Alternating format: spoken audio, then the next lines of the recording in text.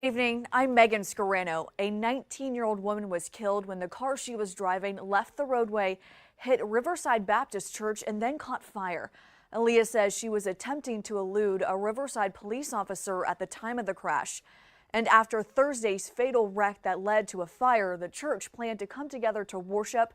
This morning's events just adding to the emotion. ABC 3340 Mary Barron has the story on how the congregation plans to move forward after this tragic event.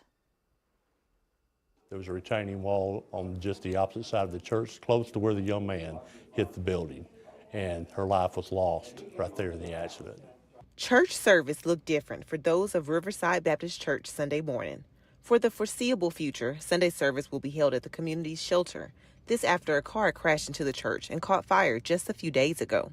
Crazy time in history to see a church that you grew up in and visited for vacation Bible school and back to school, summer bashes and everything else. A church that my dad grew up in, my grandparents have always gone to, go up in flames. The spirits of those of the church are still high. Pastor Ken Maddox believes his church has a purpose even without a building. You see the church was here this morning and it hasn't changed. I think we're more unified than we've ever been. 2 people are now dead at the site where the church once stood. During this trying time, the Riverside Baptist community tells me they have one message for the families of the deceased. This community is committed to rallying around them. My grace is sufficient. My strength is made perfect in weakness.